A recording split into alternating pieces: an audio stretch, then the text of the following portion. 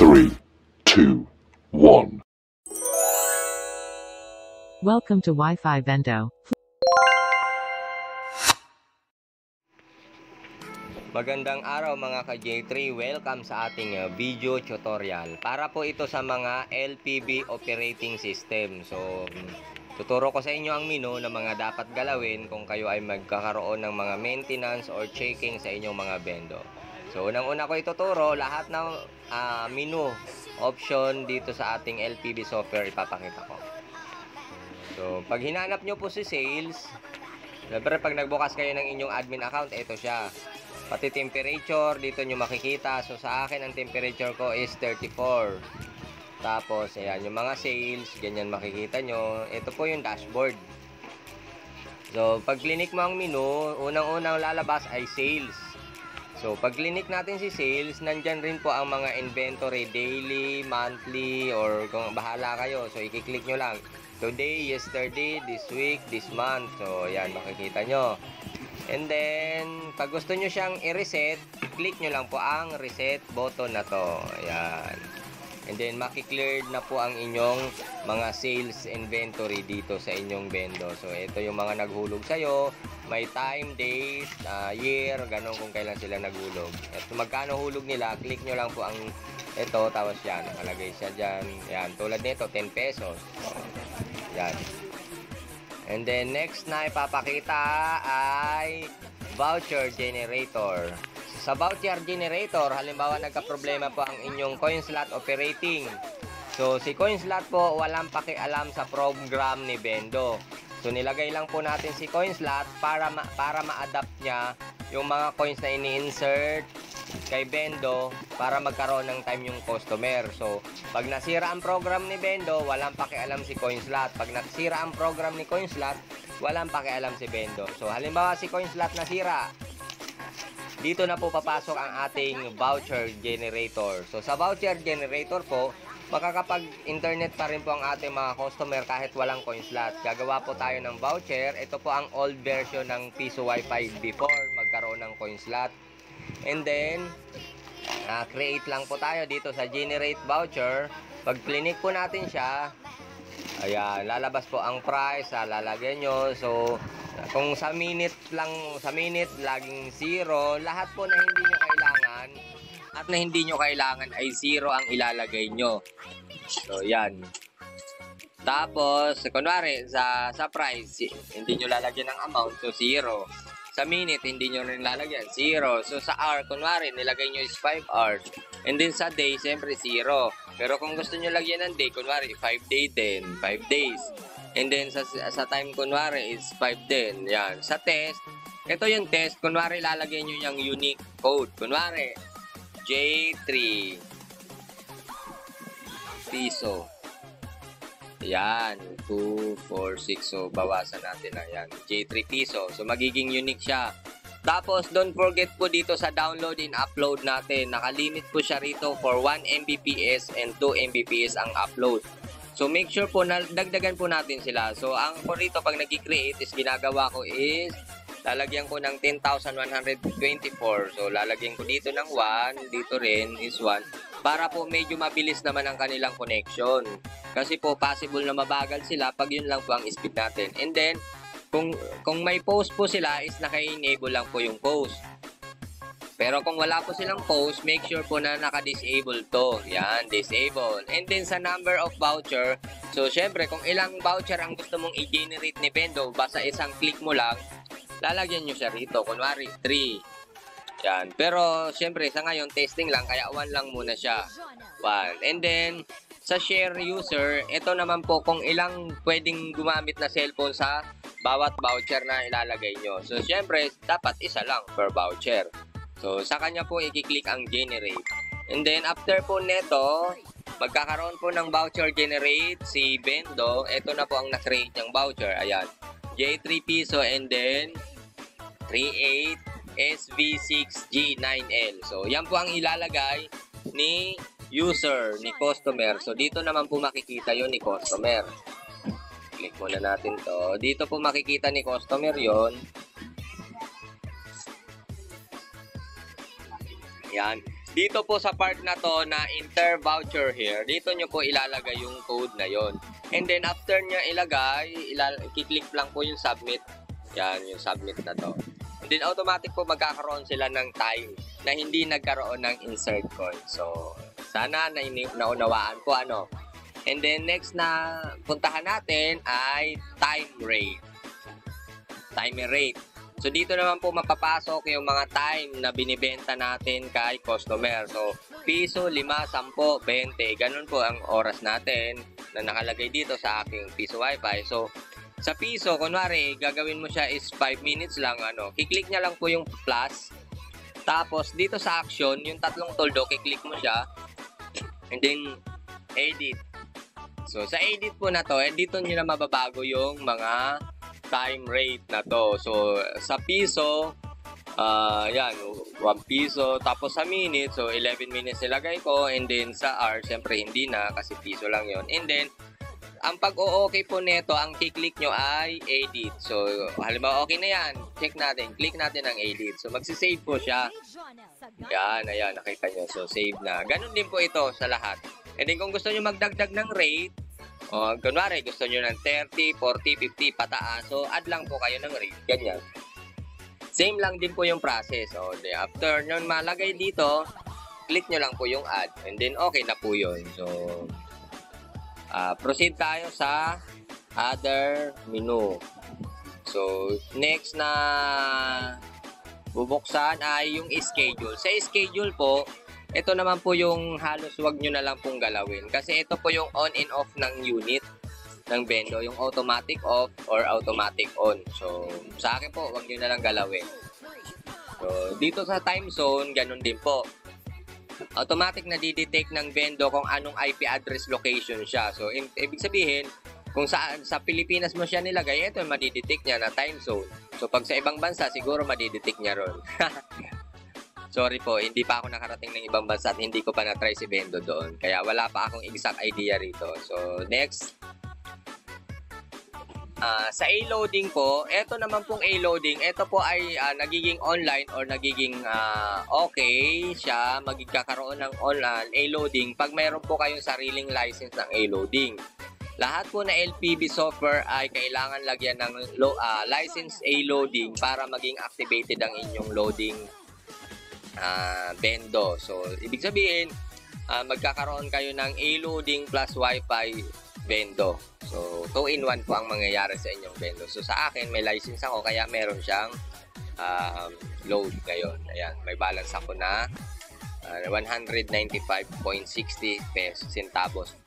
So, ang paglo-load po nito, doon naman po sa online account ng LPB. So, mayroon na po akong video na ginawa, panoorin nyo na lang po doon. And then next, free time. Itong free time naman po, wag nyo na lang pong galawin pag hindi nyo naman kasiguradong dapat gamitin. Pero kung kabisado nyo po siyang gamitin, pwede nyo pong galawin. Magkakaroon po kayo ng mga free time. Kunwari, every 12 midnight, magkakaroon ng free time. Kayo pa ang mag-edit doon kung ilang oras ba, ilang minuto, or ganyan, gaano katagal, or magre-resume ba siya every 24 hours, ganon.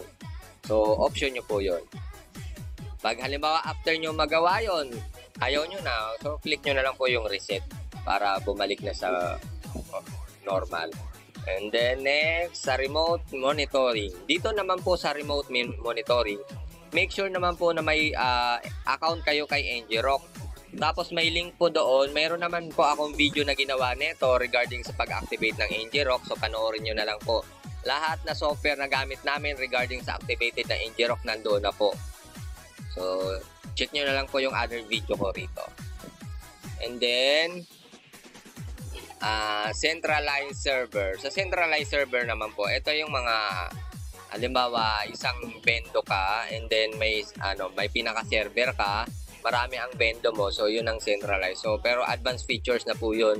So, hindi natin yung kailangan pag hindi mo naman totally i-upgrade ang bendo mo ng ganun. So, bypass natin siya. And then, print voucher template. Ito naman po, kung meron kayong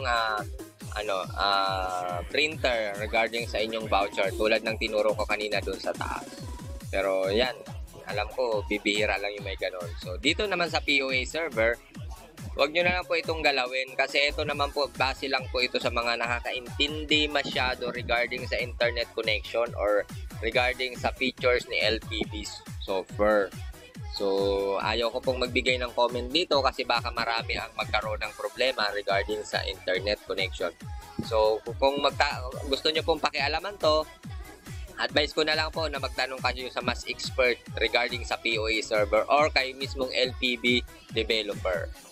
And then dito tayo sa charging station. Sa charging station naman po, ang bendo po natin ay may option na mag-charge ang customer or hindi. Pero sa part ko po, lahat na build ko, hindi ko po nilalagyan ng charging station to make sure na hindi mapapakialaman yung bendo ng mga iba-ibang customer. Kasi additional maintenance po kasi yon. Pag nasira yung wire, kailangan mo palitan agad. So, depende sa customer na gumagamit kung maingat o hindi. Kaya, hindi ko po siya nilalagyan ng charging station.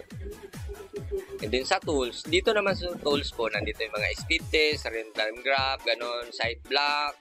So, kunwari may ibablock kayong website. So, click nyo lang po ito and then alagay nyo rito. Kunwari, tulad dito, naka-block yung PH corner. So, ganyan. And then, kunwari, lalagay nyo yung YouTube, ganon. Nasa inyo po yun. Pero, para sa akin is option naman yun or choice naman ng mga client natin na magkaroon sila ng privilege doon sa mga website. Pero kung gusto mo talaga i-restrict sila, pwede mo naman lagyan yan. So, kunwari, nagpapa-online games ka, ibablock mo muna yung YouTube saka Facebook, lagay mo po dyan. And then, next tayo, dito tayo sa multi-coin slot. Dito po sa multi-coin slot, tulad ko po, meron akong isang coin slot, sa Bendo siya kung tawagin. So, magkakaroon tayo ng isang sub-Bendo or coin slot na naka-deploy sa ibang area or ibang location to make sure po na nag-expand ang inyong coin slot or piso wifi.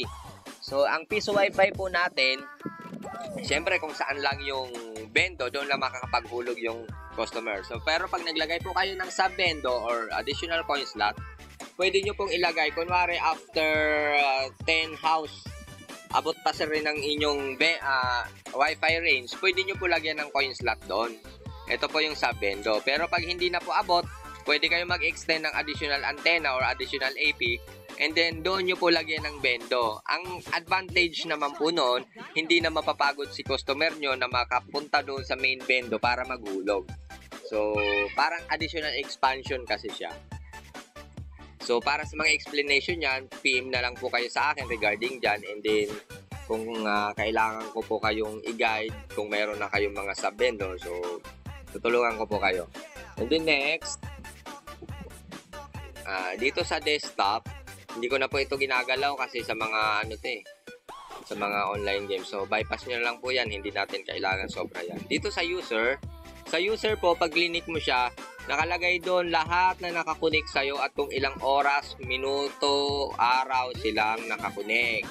And then, andyan rin po makikita yung mga disconnected. Ayan, tulad nito, may disconnected ako na 4. Ibig sabihin, wala na silang oras. And then, ang user na nakakunik sa akin, eto lahat. And makikita mo rin dito kung nakapost sila. Tulad nito, nakapost po. So, ako po kasi dahil walang post, automatic po yun, nire-resume ko sila. Pag nakikita ko yan. Kasi, choice ko po yun na dapat walang post. So, nangyayari po yung post na yan. Kunwari, nag-refresh ng Bendo at hindi sila nakakunik agad. Kasi, ang option ko po rito ay, pag nireboot si Bendo, magdi-disconnect lahat or magpo-post lahat na na customer ni Bendo dahil nga ni-restart si CoinSlot or si Bendo, si machine. And then pag hindi po sila nakakonect, automatic nananatili silang nakapost. Yun. So kaya ngayon ni-resume ko na sila. Nag-restart po kasi ako kagabi. And then next, yung Mac control, bypass na lang po natin yan. And then dito tayo sa 1. Sa 1 po, dynamic. So, choice po natin laging dynamic. So, yun po ang regarding sa sa ating internet connection. So, pag in-static po kasi natin yan, magkakaroon kayo ng static IP address. So, bypass na lang natin yan. Automatic po naka-dynamic naman lahat. And then, interface. Sa interface naman po, dito nyo po makikita yung mga, ayan, access point. Ito pong access point, explain ko. Make sure po na hindi nyo i-click yung VLAN na to. Kasi pag click nyo po yung VLAN, automatic po hindi natin mabubuksan si Bendo or hindi nyo makakapaghulog ang mga customer dahil naka-VLAN setup siya. So makikita nyo yung Wi-Fi pero hindi kayo makapasok sa Bendo. So lagi po yan nasa access point. Tapos, dito naman sa baba, yan. Dito sa number of clients, make sure po na naka-0. Kasi po, pag nilagyan nyo siya ng 1, 2, 3, or bahala kayo kung ilan, malilimit po siya maximum sa number na nilagay nyo. Pero pag naka-0 po siya, automatic po naka-unlimited. So may kumunik siya yung mga 200, automatic kayang i-accommodate ni Bendo yon. Pero pag nilagyan nyo ng 100, up to 100 lang pwedeng kumunik kay Bendo. So make sure na 0 siya. And then, sa internet checking po, dapat po naka-enable siya. Kasi po, pag hindi siya naka-enable at may naghuhulog kay Bendo at walang internet, automatic po makakapag-insert coin siya. Kasi nga po, hindi niya naman chine-check kung may internet o wala si Bendo. Pero pag naka-enable po siya at wala ng internet si Bendo, lahat na mag-insert coins po kay Bendo ay hindi niya makikita yung insert coins option or menu or i-click yung pinaka-clicking na insert coins na hindi niya makikita. Ibig sabihin, walang internet si Bendo. So, isa pong advantage yun na hindi kayo sisingilin ni customer na mayroong nakain na coins. And then, ayan. Dito naman po sa login captcha, automatic po dinidisable ko to. Additional security siya sa inyong Bendo. Pero, parang hassle kasi sa akin pag may captcha-captcha pa eh. So, ang ginagawa ko na lang is admin na lang and then yung personal password. Tapos dito naman po sa tethering, anti-tethering and anti-network sharing. Make sure po na naka-1 siya. Kasi po pag hindi siya naka-1, kunwari nilagyan mo, ang default po nito ay 64. Kunwari 64. Halimbawa 64, hindi nyo nabago. So automatic po kahit isa lang ang maghulog sa inyong Bendo, kaya niyang i-share to 64 device. Ibig sabihin, isa lang ang maghuhulog, 10 piso, pero pwede niyang i-share yun sa iba-ibang cellphone. Ipapa-scan lang niyang po yung barcode, and then makakakunik na sila. So parang naka-hotspot po kasi ang dating. So pag ganon, lugi ka na po. So make sure na naka-1 lang siya. And then after nyan, isi-save mo po. Save changes. Pero kung okay naman po lahat yan, so bypass mo na lang. Yun ang mga kailangan nyo pong tandaan at importante nyong i-check sa Bendo. Next, speed limiter. Sa speed limiter naman po, kadalasan ko po nilalagay dito sa global speed is 1 gig. And then dito sa upload user limiter, ang nilalagay ko po is 10 gig. So, para mas mabilis yung connection ng ating mga customer. Bakit natin sila titipirin kung sila naman talaga yung customer na kumikita tayo? So, wag natin silang tipirin. And then, next. Click mo yan, sis. Click mo. Maintenance. Dito naman po sa maintenance, dito nyo po makikita kung totally activated ang inyong Bendo or hindi. Pag hindi po siya activated, nakalagay po dito is trial mode. Pero pag activated siya, nakalagay dyan ganyan, and then makikita mo yung serial ng machine, and then yung yung license, ayan, kung anong version, and then meron dito importante kay LPB. Kunwari nagka-error or nagka-bug yung inyong Bendo pero napapasok nyo yung portal. Once po na napapasok nyo yung portal, pwede nyo pong i-click itong Auto Fixer. Itong Auto Fixer po, nag-generate ng maintenance si Bendo, sarili niyang self-service niya, para ma-fix niya yung mga error sa loob ng machine. So pag nakaya niya po yon, hindi nyo na kailangan mag-reflash. So yun po, minsan nakakatulong po talaga yon, kahit ako ginagawa ko yon. Kunwari nag-error yung coin slot or regarding sa mga connection or kung ano-ano man, so kiniklik ko lang po to. After neto, pwede nyo pong i-reboot si Bendo, or kung working na siya, wag nyo na i-reboot. Pero minsan kailangan nyo i-reboot para maging take effect yung inyong ginawang maintenance sa Bendo. Yun po yung wala pa doon sa other software. And then, next tayo, punta tayo sa system log. Ito naman pong system log, ito yung mga paglalagin nyo sa admin. Yan, tulad yan. Kung ano-ano mga ginagawa nyo, sa ano, yan. Pwede nyo naman pong i-cleared na lang. So, tulad ngayon, nakita ko siya, napakarami na. Yan. So, i-cleared ko na lang siya. Cleaner. Yan, reset. So, additional storage kasi yan sa Bendo. So, ibig sabihin, napupuno rin yung storage ng Bendo nyo. So, mas maluwag gumalaw si Bendo kung walang maraming nakasave. And then, time to voucher logs. Ito naman yung mga voucher create mo. Yan, ito yung mga hindi ko alam kung, pero hindi ko pa to natatry eh. So, bypass nyo na lang po muna yan kasi wala naman laman ngayon. No? So, mag-cleaner tayo, wala rin laman. So, bypass. And then next, system status. Ito yung status naman makikita yung Bendo mo. Ayan. Ito yung, ayan, yung model, yung Bendo mo, ayan, pati temperature nandito. Ayan. So, yan. Pinaka-status ng Bendo mo. Ayan, tulad niyan, 15 gig yung SD card, ay 16 gig. Ayan. And then, punta tayo dito sa next ay coin bill settings. Dito po, importante din to. Dito, make sure po na hindi nyo gagalawin to. Gusto nyo po, pag bago nyo galawin, screenshot nyo po ito para kung gusto nyo balikan, matatandaan nyo kung anong mga pin ang nakalagay. Yan. And then, sa baba, reject fast.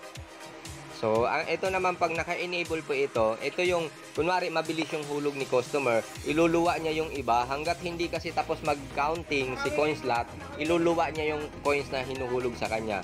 Pero pag naka-disable po siya, lahat na tuloy-tuloy, kahit tuloy-tuloy lang ang hulog sa kanya, lahat niya tatanggapin yung continuous lang ang counting niya. And then, pag may binago ka dyan, save mo lang, save changes. And then, sa baba, ito naman po yung mga sa mga pin. Yan. So, wag nyo na lang pong galawin yan. Ayan. And then, next natin ay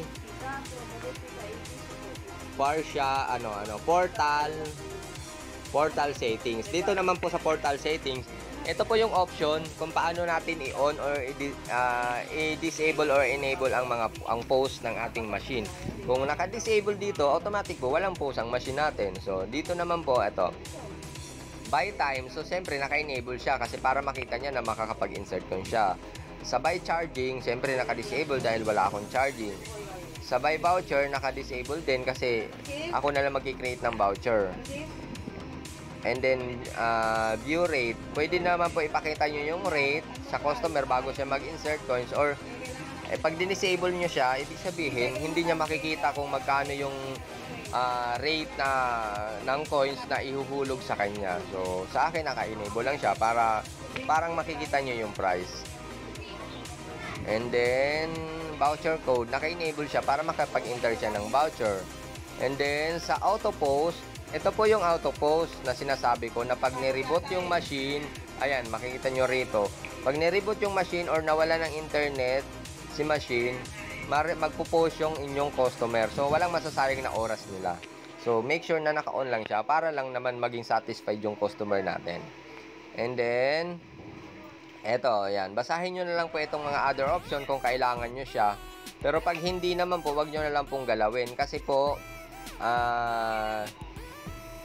bago namin ibigay yung Bendo is plug and play na po. Lahat na settings na kailangan nyo, lahat na settings na dapat galawin kay Bendo is nabago na namin. Pero kung gusto nyo namang mga ibang menu or ibang option, so kayo na lang po, as a personal owner po, kayo na lang po ang gagalaw kay Bendo sa mga settings na yan. Yan. Then, don't forget to save. Yan. Kasi pag hindi nyo po ito sinave, wala naman pong epekto yung inyong ginalaw. So, tulad ko, walang post ang Bendo, so dito siya makikita. So, dinisable ko siya and then save. So, ganun lang po kadali. And then dito sa voucher naman to. Ganun lang po kadali i-operate ang LPB software. And then dito sa baba, halos wala na rin yan. Ayan, wala na rin naman yan.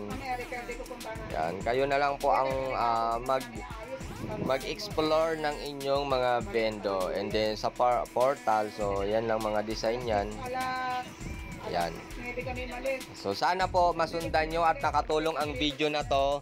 Maraming salamat po doon sa mga LPB software na operating natin. Ito po ang video na para sa inyo. Don't forget to like and share, and siyempre, pa-subscribe na rin po. Maraming salamat po from J3 Piso Wi-Fi Builder. Bye-bye po.